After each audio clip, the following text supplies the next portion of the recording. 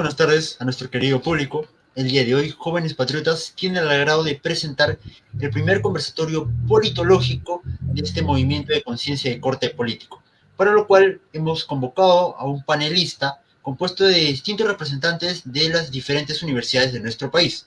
Tenemos, por ejemplo, aquí a Aldair Quije, que viene de la Universidad Nacional Mayor de San Marcos, a Cristian Amarra, que también de la misma universidad, a Eduardo Zabaleta, de la Universidad Nacional de Trujillo, y a Carlos Valverde de la Universidad Nacional Federico Villarreal, y a quien les habla, Julio Puescas de la Universidad Nacional Mayor de San Marcos.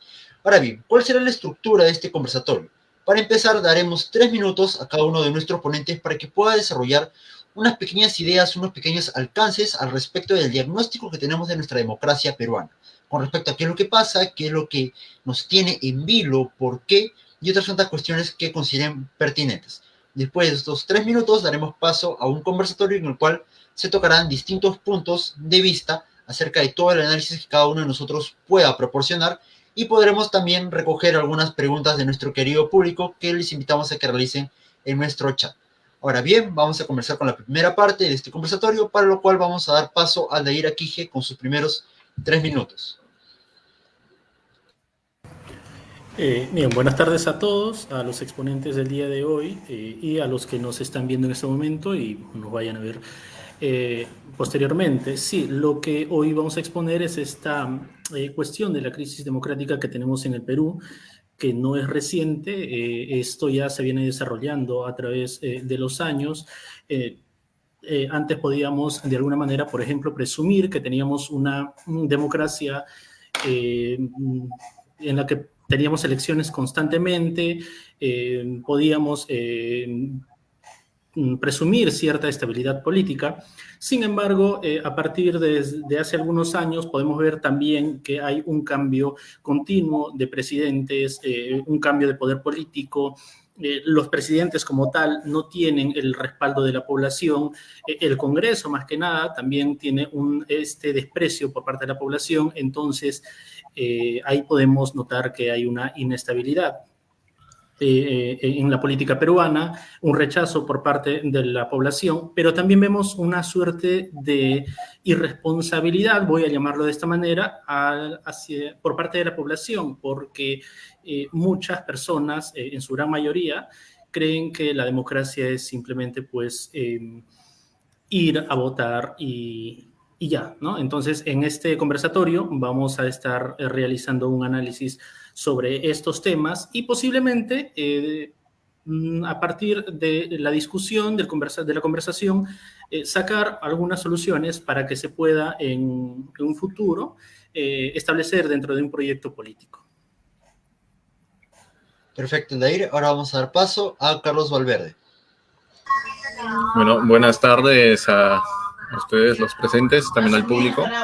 Bueno, la democracia es un sistema que va más allá de solo el que 50 más 1 vote, de que las personas, la mayor parte de las personas, como las democracias que se plantean hoy en día, voten, sino que es un sistema que también debe presentar características como la división de poderes, separación, es decir, también con que las instituciones del Estado sean fuertes, con que las personas sepan por quién votar, no es solo votar por votar, etcétera, ¿no? Y lo que vemos acá en Perú es un problema principalmente ido desde la clase política. Se dice pues que desde los 90 más o menos, con Fujimori lo que ha hecho fue destruirse el sistema democrático. Y bueno, una de las características que podemos ver en la democracia peruana actual es, por ejemplo, los tránsfugas, los partidos de alquiler y varios otros problemas. Pero a pesar de la crisis política que se está presentando en este país, la economía al menos está estable. Ahora, para decir si la democracia está o no en es un sistema fallido, habríamos que explorar varios puntos respecto a qué está fallido, según qué características podemos basarnos para decir que la democracia no va más o que hay que reformarla. Y esta es una cuestión que hemos de plantearnos y responder justamente en esta transmisión. Muchas gracias. Perfecto, Carlos. Ahora continúa Cristian Gamarra. Buenas tardes con todos. Bueno, siguiendo la misma línea de las personas que me han antecedido, concuerdo en el sentido de que el sistema democrático, pues, contiene varios aspectos que se tienen que considerar, ¿no? O sea, ya se ha mencionado la división de poderes, el fortalecimiento partidario, ¿no? El hecho de garantizar la participación de todos los ciudadanos dentro de los procesos electorales y de los procesos de gobernanza propiamente dichos, ¿no? Ahora, ¿por qué podríamos considerar de que es una crisis, hay una crisis de la democracia peruana o es un sistema fallido? Probablemente no sé si es que el sistema propiamente dicho se encuentre o tenga fallas, ¿no? Lo que sí considero es de que los actores que irrumpen dentro de este sistema son los que presentan pues las mayores fallas, falencias, deficiencias al momento de presentar su oferta en un proceso electoral ante los eventuales electores, ¿no? Es decir, o sea, miramos para la izquierda, para la derecha, para el centro, arriba, abajo, y no encontramos, pues, una propuesta que realmente pueda acrisolar el verdadero sentir popular o de las masas, ¿no? Entonces, y es más, o sea, cuando existen este tipo de propuestas, ¿no? Incluso algunas de naturaleza radical, cuando llegan al poder, pues inmediatamente se transforman y transan con los poderes económicos, ¿no? Y al final terminan alineándose a estos intereses económicos, olvidando incluso sus propuestas con las cuales llegaron al poder, ¿no? Y de esto hemos visto bastante en los últimos tiempos, ¿no? Entonces, es un tema bastante interesante para poder desarrollar en el transcurso de este conversatorio. Gracias. Exactamente, la oportunidad de hoy es justamente polemizar acerca de la democracia. Ahora, Eduardo, por favor, nos toca tu apreciación. Bueno, buenas tardes con todos los presentes. Un gusto estar reunido con todos ustedes y compartir un poco de nuestras ideas sobre la democracia y la crisis que está pasando actualmente en nuestro país. Mi postura es básicamente que justamente no solamente en el país se ve reflejada una crisis en la democracia, sino que está en prácticamente toda Latinoamérica, especialmente en Colombia, Perú, México, Chile, y entonces es algo que nos preguntamos el por qué, ¿no? Y en el caso del Perú es algo más interesante aún, porque justamente es algo que por más que políticamente hablando estamos en crisis, mantenemos una política económica estable, a pesar de, ¿no? Entonces, creo que también en parte es por la forma en la que es el peruano. El peruano puede ser muy inmaduro políticamente hablando, pero en el aspecto económico mantiene una solidez para mantener la economía estable hasta hoy en día, pues, ¿no? Y es favorable porque justamente permite el desarrollo, así sea paulatino o lento, pero permite que sea un desarrollo a largo plazo. Correcto, Eduardo. Ahora voy a dar mi pequeña apreciación, en la cual quiero ampararme sobre lo que es una data, y es que hace 3 semanas Ipsos encuestó a 6.507 peruanos, de los cuales respondieron lo siguiente: del 0 al 20, ¿cuál era la nota que le ponían a nuestra democracia? 7,1. O sea que estamos jalados. Ahora bien, ¿cuál ha sido la moda de esta encuesta? La moda ha sido que el 23% de los encuestados le colocó un 10 y el 17% le colocó un 0,5. Esto quiere decir que el peruano, por más de que muchas veces el discurso político abogue por la preservación de la democracia, el peruano no está contento. Lamentablemente, digamos que esta suerte de idea, de ideal democrático que hemos tenido, no se ha logrado llevar a cabo con esa intención con la que fue planeado. Es por eso que también el 43% de los peruanos solamente le importaría mantener un modelo democrático a rajatabla. mientras que el otro 57% le da igual el modelo de gobierno, solamente le importa que se pueda realizar unas óptimas condiciones para que ellos puedan tener una seguridad y puedan tener una fuerte estabilidad económica.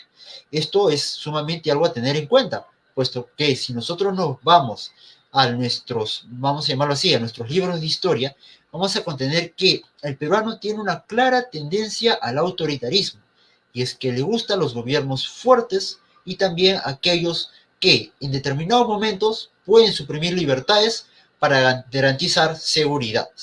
Así que, dicho toda esta pequeña introducción, vamos a empezar a conversar acerca de lo que es la democracia. Así que hago una pregunta al pleno. ¿Por qué falla? ¿Cuál es el problema que estamos teniendo aquí de fondo y por qué el peruano tiene esta tendencia justamente a desconocer los ideales democráticos y a preferir otros que podrían tomarse como un carácter autoritario? Empezamos, por ejemplo, con Aldair. Sí, mira, principalmente voy a exponer dos factores. En primer lugar, este fallo de la democracia, de forma general, hay una percepción de que, como mencionas, un gobierno autoritario va a tener esa fuerza para ejecutar las medidas que considere necesarias. Esto viene de un segundo aspecto, por ejemplo, el ejemplo internacional. Vemos, ya no hablando de tanto de un nivel autoritario, pero vemos, por ejemplo, en El Salvador lo que ha sucedido con el tema de la violencia en las calles. La percepción es que el problema de la inseguridad ha disminuido. Tanto la prensa como la población reclaman que se copie este modelo. Entonces, a partir de este ejemplo, muchas personas consideran que lo autoritario realmente va a solucionar todo ello. Y es que se considera que un gobierno democrático, al querer simplemente llegar al aspecto populista por mantenerse en el poder, no va a tener esa fuerza para realmente implementar las medidas, porque muchas asociaciones, muchos grupos políticos que están en contra del gobierno que en ese momento se encuentre en el poder, simple y llanamente van a atacar las medidas, sean buenas o sean malas. Muy bien. Cristian, si pudieras aportar algo más con esta idea. Sí, miren, bueno, regímenes de corte totalitario en el Perú, ¿no? O dictaduras, por decirlo de alguna manera, que han tenido bastante arraigo, ¿no? Bastante respaldo, pues la podemos encontrar, por ejemplo, en la dictadura militar de Velasco Alvarado, ¿no? Sobre todo en sus primeros años, ¿no? Luego, cuando hace pues la reforma agraria, bajo el lema pues de el patrón ya no comerá más de tu sudor, de tu trabajo, ¿no? También lo vemos en el primer gobierno de Alberto Fujimori, ¿no? O sea, cuando se produce el autogolpe del 5 de abril, ¿no? Y luego se va consolidando su primer gobierno, ¿no? Con un gran arraigo popular, por eso es que es reelegido con una gran cifra. Nos muestran lo que hace un momento mencionaban, ¿no? Es decir, que hay un poco, de repente, la idiosincrasia del peruano está tendiente a regímenes, a respaldar a regímenes fuertes, ¿no? Lo que pasa es que las últimas democracias, ¿no? Los últimos gobiernos democráticos, en todo caso, que se han instalado al mando del Perú, pues han sido gobiernos débiles, ¿no? Gobiernos bastante débiles, sin un ideal, sin un objetivo claro a dónde debe enrumbarse el país, ¿no? Sin soluciones claras respecto a los principales problemas que nos aquejan, ¿no? Pobreza, niveles bajos de educación, niveles altos de desnutrición y ahora sumado altos índices de inseguridad, pues demuestran pues una flacidez en los gobiernos, ¿no?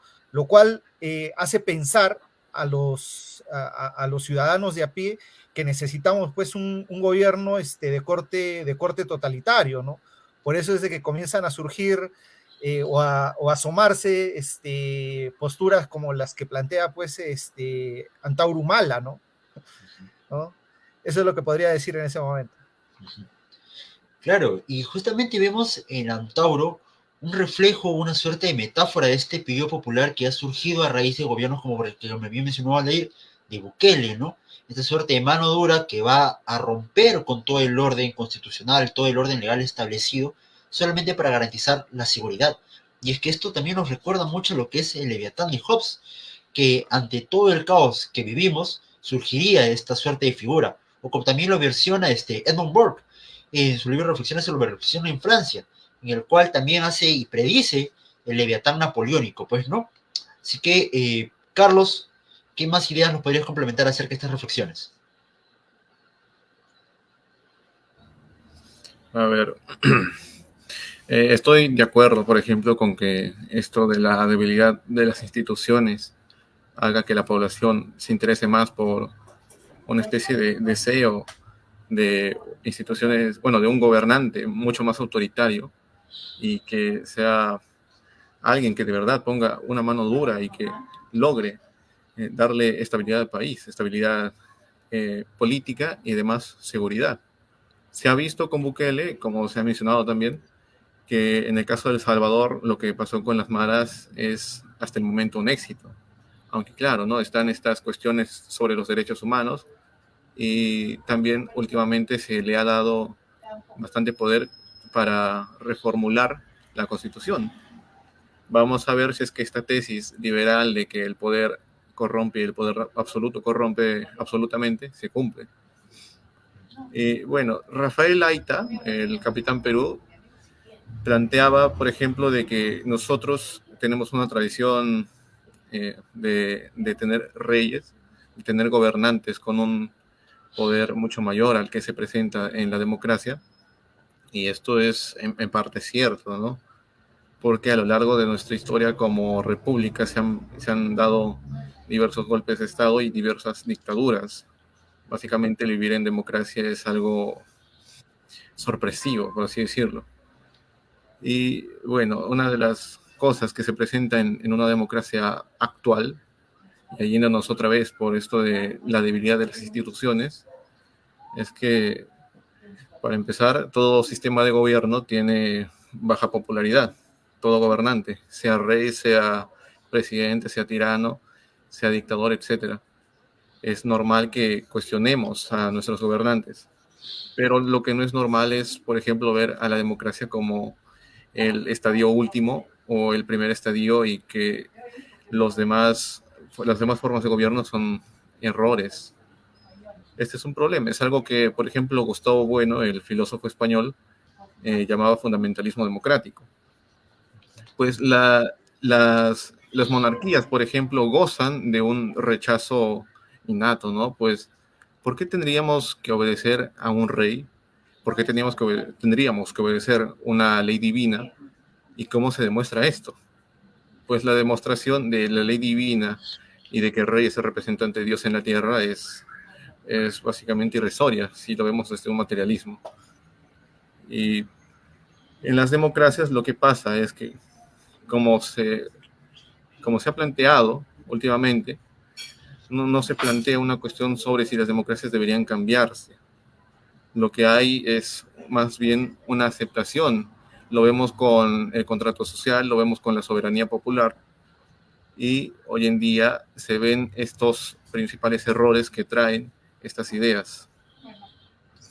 Ahora, ¿por qué deberíamos cambiar a la democracia? ¿Por qué deberíamos reformarla? Si queremos cambiar a la democracia por un sistema autoritario como el que se plantea en la pregunta, si es que el peruano prefiere o no un sistema mucho más fuerte, también nos vamos a presentar errores. Por ejemplo, Antauro Humala, el personaje que ya se ha mencionado y que suena como favorito para las elecciones del 2026, es una persona que ha estado en un caso bastante grave de asesinatos a policías, aunque él no asesinó a nadie, sino que fueron sus camaradas, por así decirlo. Y también lo que él propone es volver a a un sistema, a una constitución que para su momento dio bastantes fallas y que en la época de Alan García, de quien estuvo bajo esa constitución, nos llevó a la ruina. Y que posteriormente con Fujimori se tuvo que cambiar de tajo con la Constitución del 93. Y bueno, con Antauro, que es la imagen más representativa sobre el futuro autoritarismo, posible autoritarismo que podría tener el Perú, vemos que él ha planteado cosas como asesinar a los corruptos o a las personas que se consideran incluso traidores a la patria. Se ha hablado también de que el Pacto de San José, que nos impide poner la pena de muerte en el Perú, es algo que debería abolirse, también salirnos de la Corte Interamericana de los Derechos Humanos, de la CIDH también. Y también esto es un arma de doble filo. Si bien una dictadura, sea autoritaria o sea totalitaria, es mucho mejor para ejercer fuerza, para ejercer violencia, que eso es como se considera el Estado, ¿no? El monopolio de la violencia legítima sobre un territorio y una población determinada, también esta violencia puede darse arbitrariamente si es que la persona acumula demasiado poder. Y esto da para pensar, ¿por qué tendríamos nosotros que abandonar la libertad en la que estamos viviendo? Eso sí, una libertad bastante mala, por una dictadura que muy probablemente nos haga hundirnos. Muchas gracias. Ok, Eduardo, ¿cuáles serían tus apreciaciones al respecto de lo dicho? Creo que justamente con respecto a por qué el peruano desea más lo que es un gobierno autoritario que una democracia, es básicamente también a la calidad educativa que existe en nuestro país, especialmente la calidad educativa pública, en la cual permite que justamente a través de estos estándares bajos de educación, vean de manera errónea que justamente una dictadura va a permitir que se acaben algunos problemas, por ejemplo, la inseguridad ciudadana, las altas tasas de corrupción dentro de nuestro país, dentro del aparato burocrático, dentro del aparato estatal, y lo que genera que las personas crean erróneamente de que un gobierno autoritario permitirá que esto acabe, ¿no? Un ejemplo claro es, por ejemplo, en el año 2011, cuando entró Ollanta Humala y se creía de que por ser militar o por haber sido militar se iba a acabar la delincuencia en nuestro país, algo totalmente erróneo que no se dio al final de cuentas. Acá, en el caso de la ciudad de Trujillo, en su momento, con Elidio Espinosa, la gente pensó de que por ser policía, por haber sido un ex policía, se podía acabar la delincuencia y por el contrario aumentó, ¿no? Entonces, creo que justamente lo que es la ignorancia política o el poco conocimiento sobre estos temas de política permiten de que se piensen de alguna manera equivocada al final de cuentas, ¿no? Sí, y es que justamente nosotros podemos hablar también de una crisis de la ciudadanía, la cual se ve, vamos a llamar así, representada de manera metafórica en lo que es la construcción del gobierno y en la construcción de la democracia como tal. Porque vemos que, por ejemplo, nosotros pedimos muchos derechos, pero no asumimos los deberes como tal. O exaltamos el tema de las libertades, pero se entiende la libertad como un fin, cuando esto es una concepción totalmente errada. La libertad constituye un medio por el cual se puede llevar a cabo lo que es un fin mayor, como por ejemplo el bien común. Y es que para ello me gustaría incorporar una cita. Hoy la democracia es un sistema de manipulación de masas que se ampara en un falso matrimonio entre libertad e igualdad, expresado en un sistema de representación que corresponde a la lógica del poder carismático y mesiánico del candidato. Y es que por ello nuestros puntos de acción deberían estar en las restricciones que se deben hacer al voto, en el ejercicio de la ciudadanía y en la falta del mérito. ¿Qué opiniones tenemos acerca de esta cita, muchachos? Y el que guste comenzar.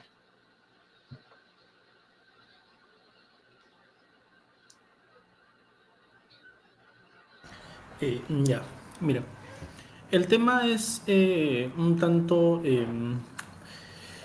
no sabría cómo llamarlo, un tanto complejo, porque de por sí, por el cambio también de la época, el tipo de población que tenemos, no solo en el país, sino también en Latinoamérica, tenemos este problema de el llamado populismo. ¿no? O sea, la democracia simplemente sirve en época de elecciones, básicamente.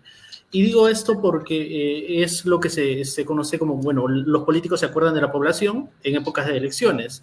No me dejará mentir quien me esté escuchando de que siempre que se acerca la época de las elecciones, los alcaldes, por ejemplo, empiezan a realizar obras en determinados puntos donde considera que puede conseguir apoyo. En los gobiernos regionales igual, los presidentes igual. Entonces, es más una herramienta de manipulación, sí, pero simplemente es usada al momento en el que se quiere conseguir votos. Porque, por ejemplo, actualmente el país a nivel nacional e internacional tiene esta percepción de que no tiene una democracia plena como tal, y podemos verlo en los niveles de desaprobación de los líderes políticos. Y eso se condice con el hecho de que la propia presidenta no está enfocada en solucionar estos problemas a nivel económico, si bien tenemos aún un nivel de estabilidad aceptable. A nivel internacional no tenemos una buena, no tienen una buena percepción sobre el país. Entonces, es parte, como mencionas también, culpa de la ciudadanía. ¿Por qué? Porque pretenden que una persona o un grupo de personas solucionen los problemas del país, pero no aceptan que la ciudadanía también es parte de ese problema. Entonces, si la ciudadanía vota y dice, ya, solucioname el problema, se está comportando como un niño que espera que su papá le solucione el problema, pero que conforme pasa el tiempo, va creciendo y no va madurando. Entonces, ahí tenemos el problema. Por ejemplo, también hay un problema de que la población no se enfoca en el aspecto democrático porque está preocupada en sobrevivir.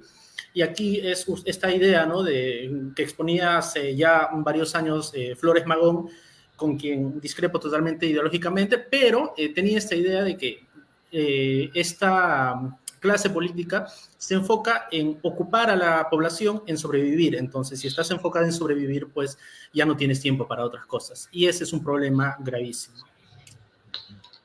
Correcto. Eduardo. Sí, mira, justamente quiero rescatar lo que dice aquí, que estoy totalmente de acuerdo, que justamente las personas creen que a través de la democracia representativa o a través de su voto, se les va a solucionar la vida de una manera épica, o sea, con un chasquido de dedos van a hacer mil maravillas cuando no es así. Aquel que entra al poder simplemente trata de poner su granito de arena para contribuir al mejoramiento de la realidad o de la calidad de vida de las personas. Sin embargo, no usan una varita mágica para arreglar su día a día. Esto es por algo que justamente yo quizás he vivido de manera directa, que algunas veces las personas están mal acostumbradas a que el aparato estatal les solucione todo. Lamentablemente es producto justamente, como lo dije en un inicio, de la ignorancia de las personas que no conocen o desconocen de estos temas, y a pesar de que tienen las herramientas, porque, por ejemplo, en la costa sí contamos quizás con algunas herramientas y parte de la sierra y parte de la selva, pero a pesar de tener las herramientas, no estamos dispuestos a buscar más allá de lo que nos da justamente quizás las escuelas o las universidades, y nos quedamos con lo que tenemos, ¿no? Entonces, esto permite de que de alguna u otra manera llegue el populismo, y justamente dentro de las elecciones se da lo que es claramente un populismo demasiado intenso, donde llega al poder el que tiene el color de piel más parecido al vecino, más parecido a uno mismo, y no llega el que quizás tiene mejores propuestas, ¿no? Al final de cuentas. Claro, y es que, mire, si nosotros lo vemos desde un punto de vista, tratando de ser lo más neutral posible, indiferenciando el tema de la eterna diada derecha-izquierda, nosotros podríamos decir que hoy actualmente nos encontramos en una disputa de símbolos y no de candidatos. Y veo que Cristian está levantando la mano. Cristian. Julio, si me permites. Por supuesto.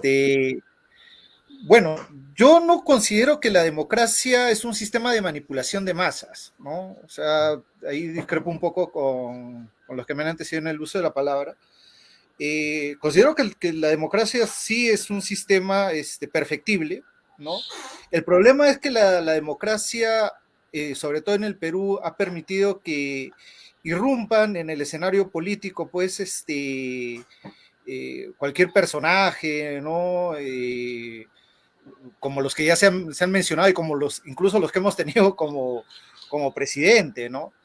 Entonces, el problema de la democracia en el Perú es de que se ha flexibilizado bastante y esta flexibilización y poco control por parte de la ONP, claro, de la Oficina Nacional de Procesos Electorales, del Jurado Nacional de Elecciones, ¿no?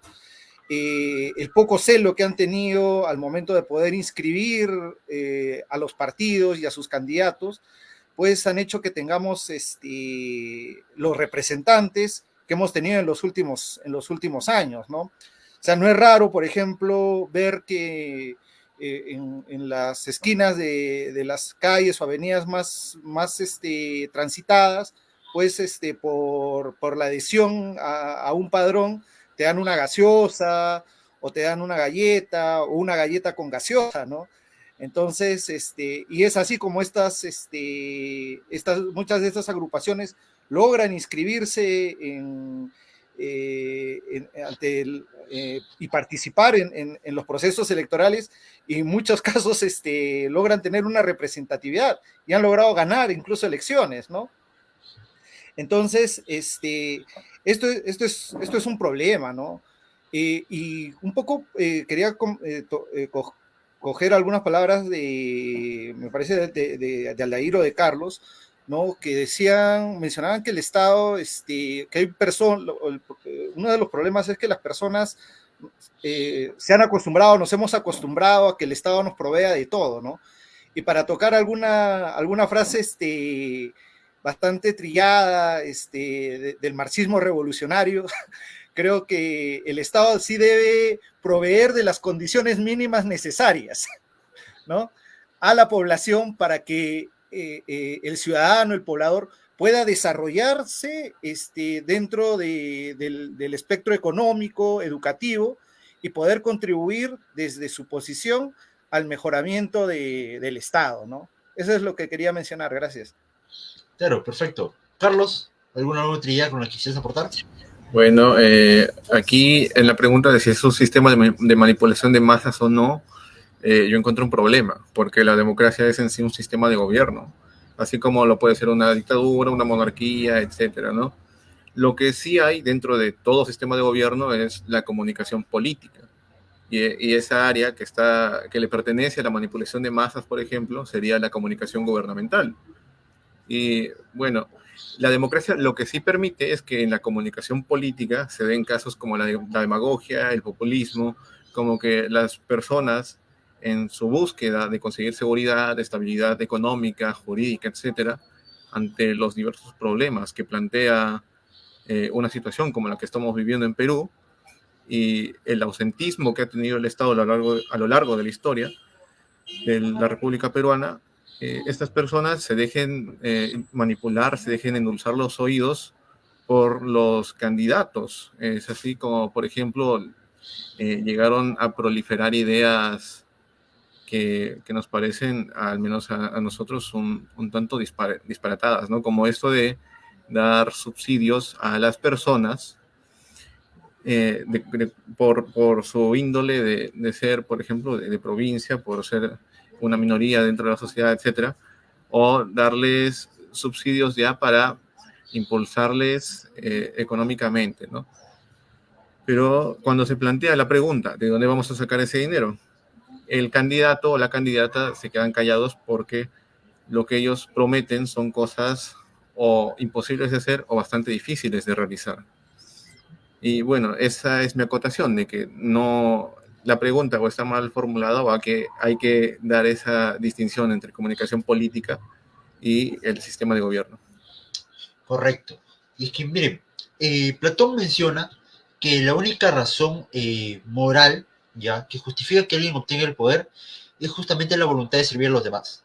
Sin embargo, esta premisa, a mi juicio, se queda incompleta. ¿Por qué? Porque el ser humano es una unidad sustancial de cuerpo y alma, por lo cual existe una parte material y una parte, vamos a llamarlo así, trascendental. Esta parte trascendental estaría compuesta de lo que son los valores, la ética y todas las cuestiones ya que van más allá y en cambio la parte material se constaría de lo que es el tema del intelecto, el tema de la preparación, no tanto, vamos a llamar así, la cosa económica como en sí misma, sino todo lo que lo rodea como tal, ¿ya? Y esto, ¿por qué menciono esta cita? Porque habría que nosotros también tomar en cuenta el factor meritocrático, la famosa meritocracia, que para muchos profesores esta es antidemocrática como tal, y es que la meritocracia debería o no debería incorporarse dentro de una democracia en sí misma. ¿Y por qué hago esta acotación de que algunos lo consideran antidemocrática? Porque la democracia liberal a la cual estamos acostumbrados de parte del principio o la unión marital entre lo que es libertad e igualdad. Sin embargo, los conceptos meritocráticos implican justamente tratar de romper ese matrimonio, en el cual no todos van a valer simplemente por el hecho de ser seres humanos en su criterio más reduccionista, por así verlo. ¿Ya? Por el contrario, el criterio meritocrático dice que van a haber seres humanos los cuales, por poseer determinadas características puntuales, tienen que estar en la forma de gobierno, ya que estos serían, en todo caso, los mejores. Ahora, me gustaría saber sus apreciaciones acerca de estos pequeños conceptos que dentro de la academia también se manejan.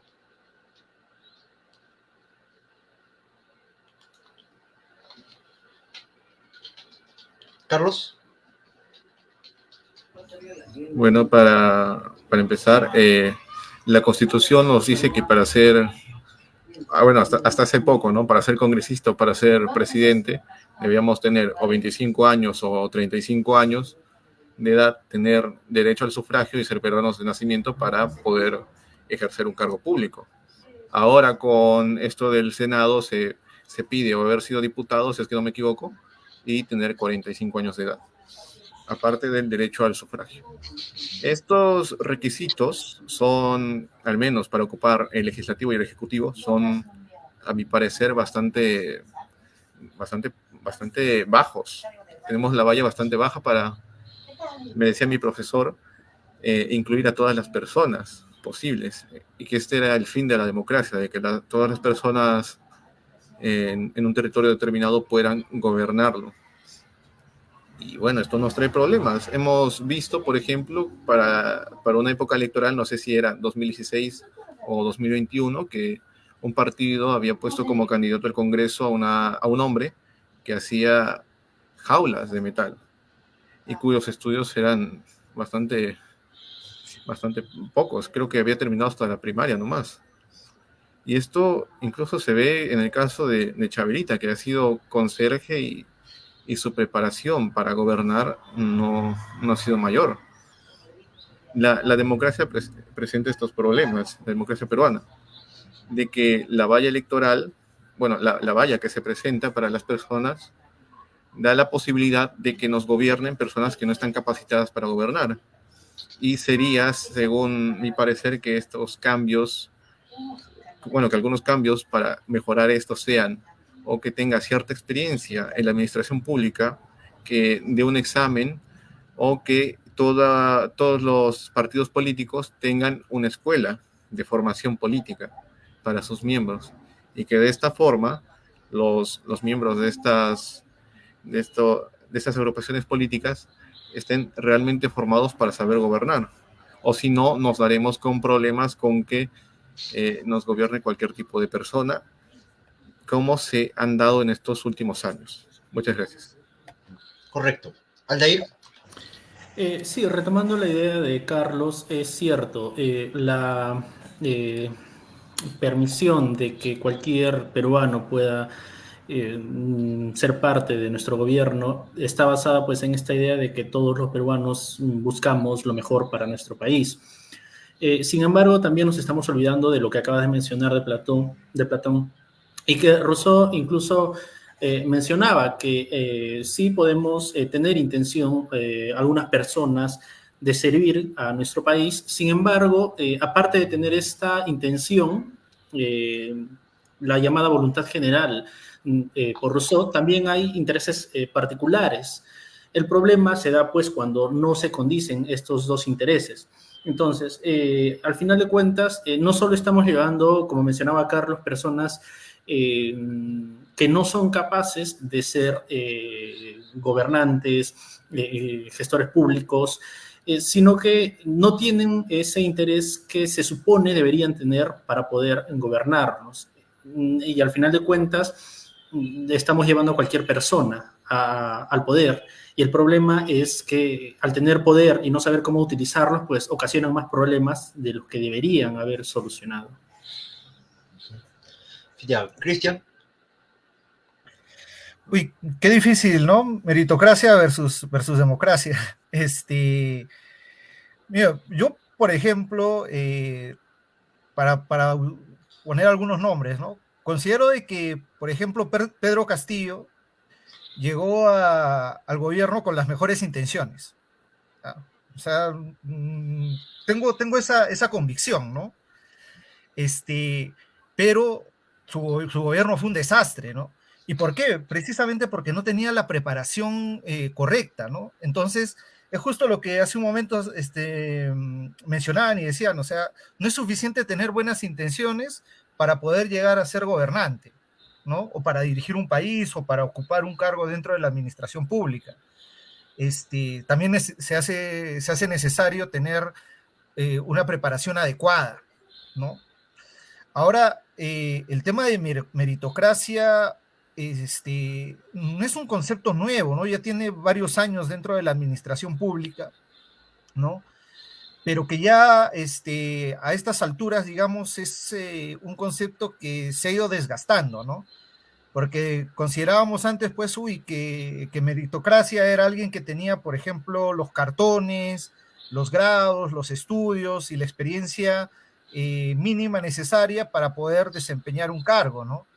Ahora vemos, pues, de que, por ejemplo, sin ir muy lejos, grados académicos, hasta de doctor, ¿no? O publicaciones en revistas especializadas. Si tienes, pues, los medios económicos necesarios, puedes conseguirlos, ¿no? Entonces, ya una formación, digamos, académica, universitaria, si se quiere decir, ya no es garantía, digamos, para que te puedas merecer ocupar un cargo público, ¿no? Ni mucho menos la experiencia, ¿no? Porque uno es partidario o amigo de un gobernante o de un alcalde o de un congresista o de un presidente, ¿no? Y puedes tener el puesto en la administración pública por más de que seas un profesional, pero al final no sepas absolutamente nada, ¿no? Como los hay en la administración pública, ¿no? Gente que parasita el aparato estatal y que lamentablemente, pues, nadie sabe cómo llegaron ahí, ni siquiera ellos mismos, ¿no? Entonces, se hace complicado en estos tiempos hablar de meritocracia, ¿no? versus democracia, ¿no? No sé si el tema de repente de los filtros que se hagan a través de los partidos políticos actuales que se han vuelto nada más en suerte de vientres de alquiler sea un mecanismo necesario para poder tener gobernantes, pues, que den la talla, que conozcan de administración, de gestión pública, que sean estadistas, que puedan tener un conocimiento amplio de la problemática y que sean capaces de operativizar y articular adecuadamente y rodearse de las personas correctas para poder dar la solución inmediata a los problemas que aquejan a la población, ¿no? Gracias. Perfecto. Eduardo. Sí, mira, primero quiero comenzar diciendo, ¿no? De que el infierno está hecho de buenas intenciones. ¿Por qué digo eso? Justamente respondiendo quizás a Cristian sobre Pedro Castillo, ¿no? O sea, si Pedro Castillo hubiera tenido la buena intención, ni siquiera se hubiera rodeado de personajes sindicados por actos terroristas o lo que es apología al terrorismo, como en el caso de Guido Bellido, y peor aún con un personaje como Vladimir Cerrón, que tuvo a su madre con una cuenta bancarias millonarias. Entonces creo que en ese aspecto Castillo es la persona menos ejemplificable de buenas intenciones, ¿no? Entonces, ¿por qué? Porque sus acciones no reflejaban lo que él aparentaba decir, ¿no? En sus discursos, ¿no? Ahora, con respecto a la meritocracia, creo que es un tema también muy delicado de tocar porque justamente entraríamos en el debate, ¿no? De que solamente gente preparada debería de ingresar al aparato estatal, pero también tenemos el caso, por ejemplo, de del tan reconocido doctor Aníbal Torres, que por más de que es un ejemplo como profesional, dejó mucho que desear en su gestión como ex primer ministro y muchos casos más que aparecen, ¿no?, en la coyuntura política nacional, ¿no? Al final de cuentas, creo que, como dice Cristian, no simboliza un título profesional que o te augura que va a ser una buena gestión. Va más allá de lo profesional, sino que va en lo moral e incluso en lo ético, pues, ¿no? Claro, y es que ciertamente, como comencé al inicio de este pequeño espacio, este pequeño bloque, el ser humano es una unidad sustancial, correcto. No puedo, como bien menciona Eduardo, no puedo, el infierno está lleno, completo, copado de buenas intenciones, y también, como bien menciona Cristian, lamentablemente la academia hoy por hoy ha perdido mucho prestigio. Es por eso que veo, por ejemplo, revistas de supuesto rigor académico que lamentablemente publican y tienen un sesgo ideológico claro. Y es que ante esto, por ejemplo, y pregunto a la sala, ¿qué les parecería incorporar, por ejemplo, que exista una suficiente representación, ya sea gremial, empresarial o un marcado activismo político, ya como un requisito para ser parte de lo que es del aparato estatal, además de que también se incluya una preparación profesional mínima, por así decirlo, estudios superiores acabados, de repente una carrera técnica, una carrera profesional, y además de esto, un tercero, el cual sería que y rescato la idea de Carlos, que todos aquellos que quieran entrar al Estado pasen, por ejemplo, por una escuela de administración pública. Y dicho sea de paso, en Francia existe la ENA, la cual es la Escuela Nacional de Administración, en la que los miembros ya de los partidos vayan, entran y justamente se preparan, reciben toda una serie de cursos para que puedan salir los mejores funcionarios más capacitados y puedan llegar.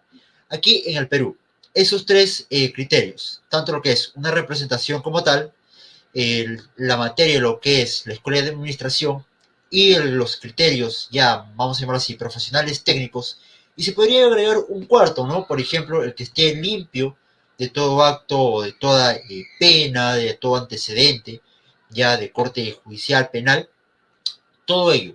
¿Sería algo oportuno agregarlo a los requisitos actuales que ya tenemos para mejorar nuestra calidad ya de representantes en el gobierno? Cualquiera que desee responder la pregunta, por favor, adelante, chicos. ¿Se me Cristian, permite, Julio? por supuesto. Bueno, mira, actualmente muchos de esos requisitos ya están establecidos, ¿no? O sea, pero ¿cómo? O sea, ¿qué es lo que pasa, no? O sea, cuando una persona postula al Congreso, postula para ser alcalde, regidor, congresista, ¿no? Presenta una declaración jurada, ¿no? Y en muchos casos, cuando están inmersos en investigaciones por algún tipo de delito, de cualquier índole, ¿no?, contra la administración pública, lavado de activos, violación, maltrato familiar, violencia, etcétera, que los hay por montones. Mientras se encuentra en investigación, pues, y no exista una resolución, ¿no?, condenatoria, ¿no?, tienen todavía el beneficio de la duda, ¿no?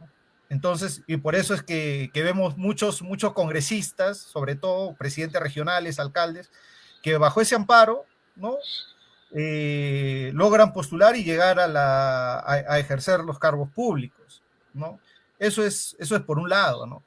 Ahora,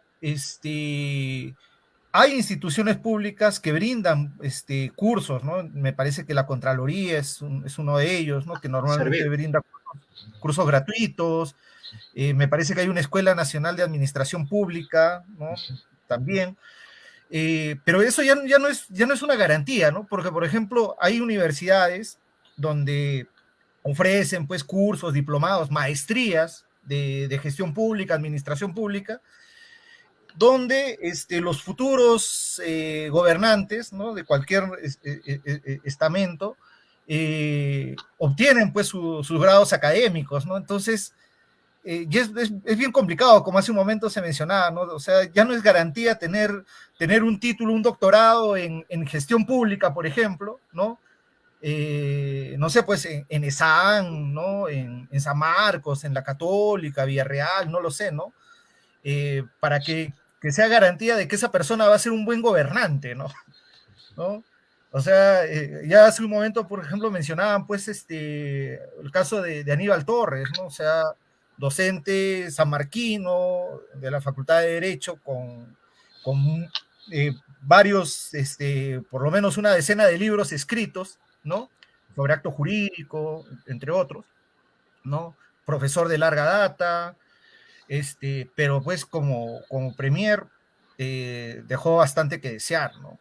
Dejó mucho que desear. Entonces, no es necesariamente pues una garantía a ello, ¿no? Y es bien complicado elaborar un tamiz para ver, y un filtro para ver qué personas son las que pueden eventualmente o con las cuales, o respecto de las cuales podamos tener ciertas garantías que van a tener, que van a ser por lo menos un buen gobierno, ¿no? Es bien complicado. Correcto, y sí, con respecto a que mencionas, actualmente sí existe esos programas, especialmente en Servir, sin embargo, no se llevan a cabo de la mejor manera posible, porque los resultados, pues, lo vemos evidentemente en lo que es todo nuestro aparato estatal. Aldair. Sí, eh, comparto bastante esta idea que tiene Cristian. La verdad es que voy a ser un poco pesimista en este aspecto porque los requisitos se le solicita, puedes pedirle 2, 3, 10 requisitos y lamentablemente pues quienes acceden al poder siempre van a buscar la forma de burlar esta, el cumplimiento de estos requisitos. Ahí creo que también hay un error por la falta de control que existe hacia estos organismos, porque a un partido político, por ejemplo, se le permite la inscripción y posteriormente tiene que haber una denuncia de alguien opositor, si no la institución pues no investiga adecuadamente. Pero el problema no solo es enfocarse en los políticos como tal. Como mencioné en un principio, la población también es, voy a llamarlo de esa manera, el problema. Al momento de las elecciones, pues es la propia gente quien debe ver por quién vota. Siempre eligen, como mencionaban, bueno, mira, me trae mejores beneficios como persona, no como sociedad, y voto por él. Me va a ayudar a llegar a un cargo más alto, entonces yo lo voy a apoyar. Y ahí es justamente donde está este conflicto. Entonces, no solo es enfocarse en pedirle requisitos a los políticos o a los que quieren acceder al poder, sino también se tiene que entender que las personas son quienes llevan a estas personas al poder. No porque has salido de la Escuela Nacional de Administración automáticamente llegas al poder, no. Eres tú como poblador, como ciudadano, quien vas a votar a esta persona. A Castillo, no por ser profesor, pues ha llegado al poder automáticamente. A Castillo lo han votado la mayoría de la población. Y luego muchas de estas personas se han quejado. Este es un círculo, ¿no? Donde yo voto por ti, pero me voy a quejar después. Yo voto, pero no soy responsable de lo que venga después. Y este en sí es el problema. Tanto el político, que no cumple los requisitos o los burla, como la población que no cumple con su deber de informarse o de verificar realmente si la persona por quien vota es la más óptima. Definitivamente. Eduardo, ¿quieres contar algo?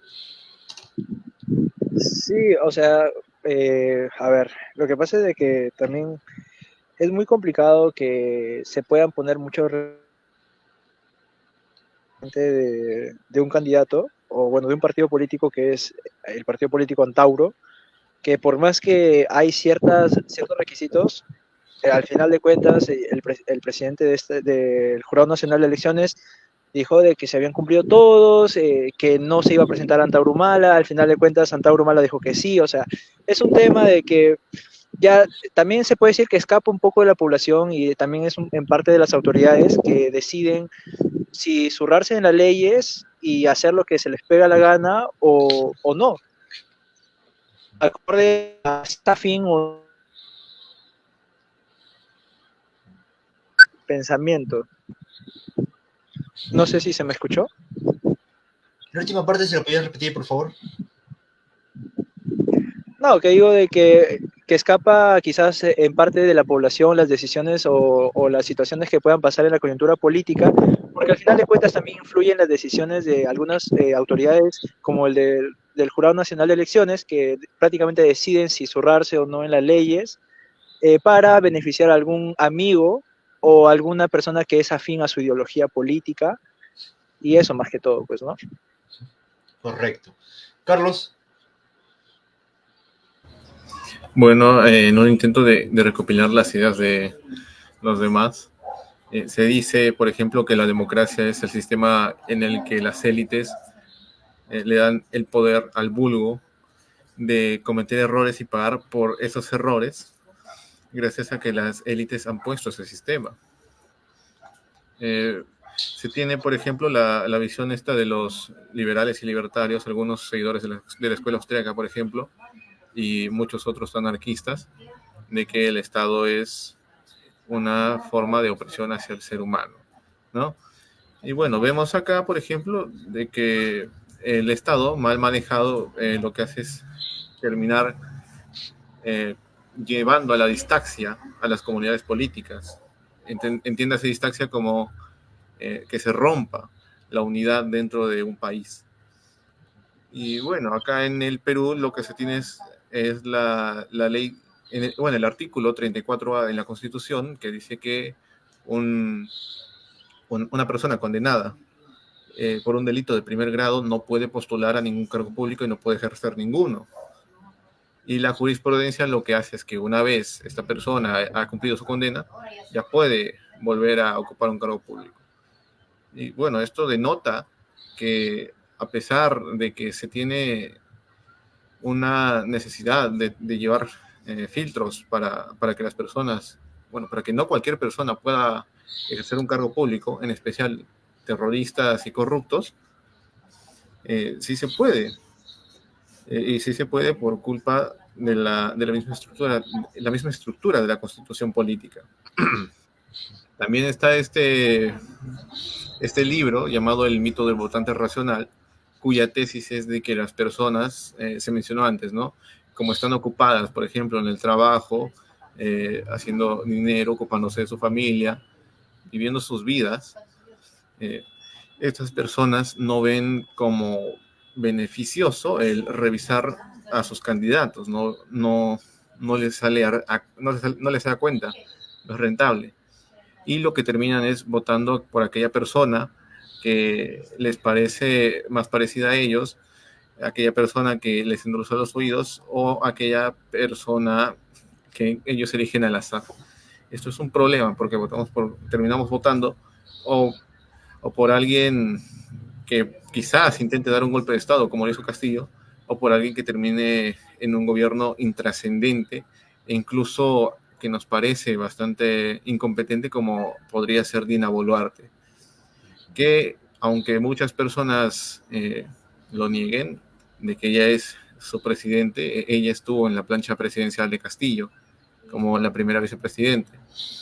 Y justamente una de las polémicas que se dio para el 2021 es de que la ley estipula que tienen que ser un primer vicepresidente y un segundo vicepresidente. Y en la plancha de Castillo solo se presentó Dina como primera vicepresidente y no hubo nadie más en el segundo vicepresidente. Y bueno, también podemos decir que un problema que da la posibilidad de que las personas escojan mal también es la desnutrición y la ausencia del Estado que ha sucedido a lo largo de los años. Yo había leído una vez, por ejemplo, que con el gobierno de Fujimori lo que se intentó para evitar que Sendero Luminoso fuera expandiéndose más y más dentro de las comunidades en provincia fue de que el ejército peruano conviviera con estas comunidades, para que así sepan de que hay un Estado, hay un gobernante que se está preocupando por ellos y que está haciendo lo posible para mejorar sus vidas. Y vemos, por ejemplo, en las gráficas de elecciones hacia la plancha presidencial de Castillo, y las podemos contrastar con las personas, bueno, los lugares en donde más se votó por Fuerza Popular, por Keiko Fujimori, y vemos que es efectivamente en las zonas donde menos se ve un ejercicio correcto del poder estatal, donde se ha votado por un partido que se ha tachado de muchas cosas y que en la práctica lo que ha hecho fue conseguir poco o nada de lo que realmente prometió. Por lo tanto, deberíamos, otra vez retomando esto, ¿no? Esta tesis, deberíamos al menos poner candados dentro del sistema electoral peruano para que haya gente capacitada que no solo ponga buenas leyes, sino que también las haga cumplir. Exacto, concuerdo. Cristian, me parece que levantaste la mano. No, ok, correcto. Bien, entonces, como esta suerte, vamos a llamarlo así, de respuestas que podemos dar para tratar de solucionar este tema de la democracia, existe una que se llama el mini populus, ¿correcto? El cual sencillamente lo explico de la siguiente manera. Consta de 1000 personas, las cuales son elegidas y son pagadas con una remuneración mínima ya del Estado, y las cuales se componen de personas, por así llamarlo, de la vida cotidiana, ya que no tienen algún cargo mayor o algún elemento destacado, y también que se comporte de distintos especialistas, técnicos, y se les brinde toda la tecnología. Ahora, ¿con qué finalidad se realiza esto? De poder empoderar a la ciudadanía a que supervise, por ejemplo, el tema de los programas sociales, que son directamente puestos por el Estado, y también para que supervise todo lo que pasa en los gobiernos locales, regionales, ya incluso con facultades de poder remover algunas autoridades siempre que ellos lo pues descalifiquen, ¿no? O encuentren alguna cuestión muy engorrosa dentro de ellos, una cuestión muy turbia, que decían pues que no es apto para continuar en el mandato. Ya se les daría y brindaría todas las distintas facilidades para que estas 1000 personas ya se puedan, por así llamarlo, clasificar por una suerte de distritos electorales y puedan también reunirse periódicamente para realizar las evaluaciones respectivas de sus autoridades. ¿Ya? Esto, ¿cómo lo ven ustedes? ¿Cuáles serían los pros, los contras de este tipo de propuestas que podríamos complementarlo? Justamente, ¿por qué? ¿Con qué finalidad? De que esto trate de generar ciudadanía en todos los peruanos. Algo que hemos llegado a un consenso es que nos falta esa preparación como tal, ese asumir esas cuestiones para poder tener un gobierno más estable. Me gustaría escuchar sus apreciaciones, muchachos.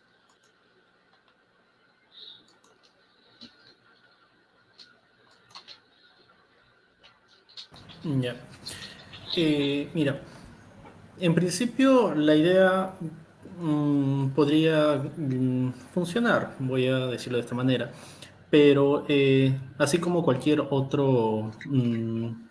otra idea tiene un riesgo, porque dentro de este grupo, pues, los grupos políticos van a querer incidir. Aquellas personas que quieren, por ejemplo, mantenerse en el poder van a incidir.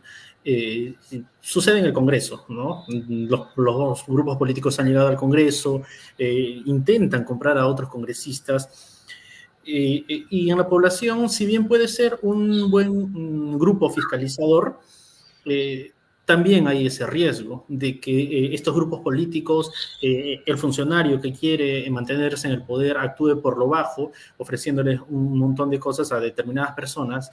Entonces, el punto acá es de qué manera se implementaría y de qué manera se puede controlar a este grupo para que no caiga en esta suerte de manipulación o ser simplemente otra organización que no funcione como está pasando con muchas otras instituciones. Correcto. Carlos. Para dar esta viabilidad, bueno, para darle viabilidad a este proyecto, a este planteamiento, yo supongo que lo que se debe hacer es especificar bien cómo sería, darle un marco adecuado. Pues se pueden presentar casos como que los miembros, los ciudadanos, vean con bastante rechazo sin una causal que sea razonable al gobernante y lo terminen quitando solo porque se ha dado este rechazo. Es así que, por ejemplo, no sé, todos se ponen de acuerdo porque esta persona no decidió no darles algo que ellos querían o no hacer algo que ellos querían y solo por esto lo terminan sacando de su cargo. tendríamos, por ejemplo, que poner que esta persona se ha metido en un caso de corrupción, que ha cometido un crimen, que ha insultado a bastantes personas en público, etcétera, etcétera, ¿no? Poner unas justificaciones adecuadas para poder darse estos retiros de los cargos. Y además, esto yo considero que al menos es una buena propuesta porque hacemos que la población tenga una participación más activa dentro de lo que viene a ser el Estado sin ser ellos funcionarios públicos y que poco a poco vayan interesándose dentro de la política peruana. Porque vemos, por ejemplo, que las estadísticas de ausentismo son preocupantes y lo que se busca obviamente es alejarnos de una total ausencia de la población respecto a los asuntos públicos que, aunque no quieran participar en ellos, les competen. Claro, Eduardo.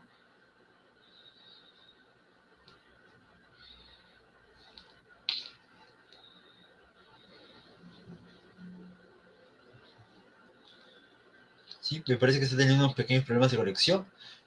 No, como bien mencionan, hay una gran diferencia en lo que es la teoría y la práctica, ¿no? En teoría esta idea podría funcionar, porque dentro de todo podríamos decir que es una manera de empoderar a la ciudadanía de que, como toda buena forma política, ya se construye de la sociedad hacia arriba. La lógica es de abajo hacia arriba. En cambio, justamente se presentan mayores complicaciones cuando viene de arriba hacia abajo, del Estado a la sociedad. En este caso sería la viceversa, ya por lo cual podría, dentro de todo, darse una manera óptima, ya de que dentro de esta manera estaríamos, por así llamarlo coloquialmente, matando dos pájaros de un tiro. De una manera, ejercemos un control a nuestras autoridades, correcto, y también ejercemos lo que es un fomento del valor ciudadano, por así decirlo, al hacer patria como tal, algo que es una carencia evidente en nuestros días, ya que esto responde en este marcado ausentismo, pues, ¿no? Así que una vez dado ya todo este marco teórico, el cual hemos desarrollado en lo que es más de una hora, les vamos a dar tiempo a cada ponente para que pueda dar sus pequeñas conclusiones acerca de este conversatorio. Empezamos con Aldair. Bueno, ya para cerrar, simplemente decir que el problema de la democracia en el país es algo que lamentablemente nos va a seguir afectando en tanto sigamos pensando que el problema son solamente los políticos y tengamos esa idea de que cuando cambie la política o cambie el político va a cambiar realmente la situación del país. La democracia se trata de que si bien la mayoría elige al gobernante, el gobernante tiene que gobernar para todos, no solo para para quienes han votado por él. Entonces, los políticos simplemente van a querer favorecer, si van a querer luchar solo por sus intereses, es problemático para el país, pero a estos políticos los elige la población. Hay un montón de ideas que se han implementado para la mejora de esta democracia y sin embargo no están sirviendo todas. Y es más, algunas se han caído, ¿no? Se han venido hacia abajo. Por ejemplo, este tema de las primarias no ha llegado a un buen término. Y vemos la situación política actualmente. Tenemos, como he mencionado ya, gobernantes con un nivel de aprobación realmente penoso. La población no respalda, si bien, por ejemplo, Dina Boluarte no tiene por el momento un riesgo de salir del poder, sabemos por las estadísticas que no tiene siquiera un respaldo. Ella misma lo ha dicho, no tiene una bancada dentro del Congreso. Pero tiene pues a sus amigos dentro de esas bancadas, entonces está sobreviviendo no porque realmente tenga un apoyo, sino porque tiene aliados políticos. Y este círculo vicioso de votar por el menos peor es lo primero que debe cambiar, considero yo. Y en tanto esto no cambie, mientras la población no se dé cuenta que realmente somos los que elegimos, somos los que ponemos a nuestro problema a gobernarnos, pues no va a cambiar como tal el sistema democrático fallido de este país. Correcto. Carlos. Para terminar, no considero yo que la democracia en sí sea una fórmula totalmente fallida.